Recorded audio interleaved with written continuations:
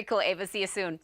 Maybe it is a clenched jaw, a balled up fist, or a facial expression you make without even realizing it. We're talking about being mindful of how we respond to the world around us. We've got Queen Momo here, a licensed professional counselor and stand-up comedian with some encouraging words. Welcome. Happy Monday. Thank you. Happy Monday. We don't realize that we're doing certain things, right? We're not mindful of how we respond. What's happening overall?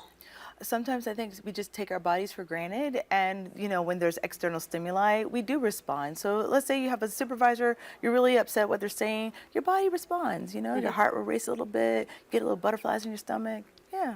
And you've got to be aware of that. So you came up with 3 pieces of advice. The first one is it's realizing that we cannot control many things, but we can control our responses. What do we need to know? So yes, as much as we think that we can't control our responses, we can.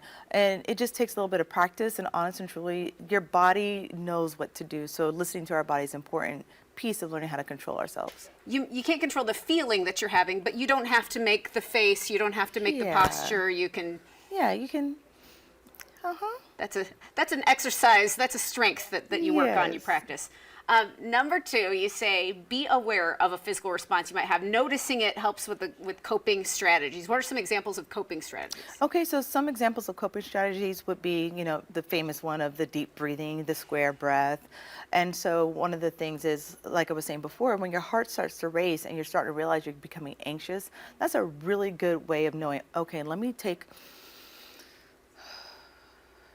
And that really helps that felt great. And I bet that manager across from you appreciates the breath too. They see that you're trying to hold it down. They may be doing the same thing. Exactly. All right, so we're releasing that tension, and using the coping skills has to be a daily practice. Yes, it's kind of like building muscle memory. So a lot of times I'll have people come in my office, they're like, oh, it doesn't work. I'm like, well, it doesn't work when you're immediately in the moment, but when you're practicing it every day. So take 5 minutes a day just to breathe or to count, whatever that skill is, then it's easier when we're in that moment of anger or frustration or upset or sadness. And maybe adults, sometimes we've practiced this well enough where we're able to keep our physical outward appearance in check.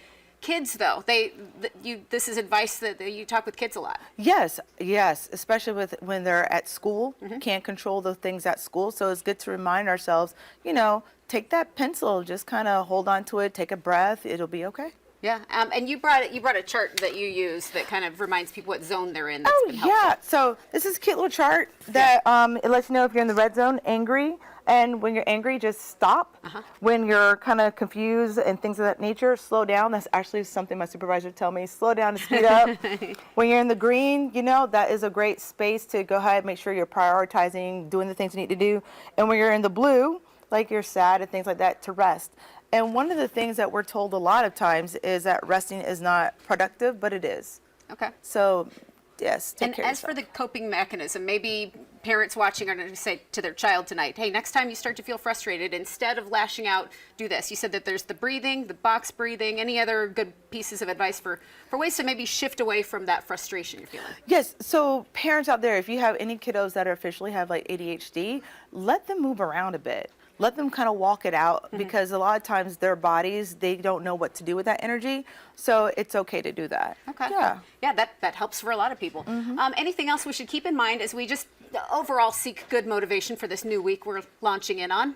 Yes, so for this week, just be mindful that everything that you do is going to be okay. Take a step back when you need to step back. It's fine. Breathe. Remember to breathe. You're reassuring. We appreciate your good vibes out here. You operate and own your practice, Kintsugi Therapeutic Services, inside Mindful Upstate off Pelham Road. Anything you want us to know about your practice, or mental health is a priority?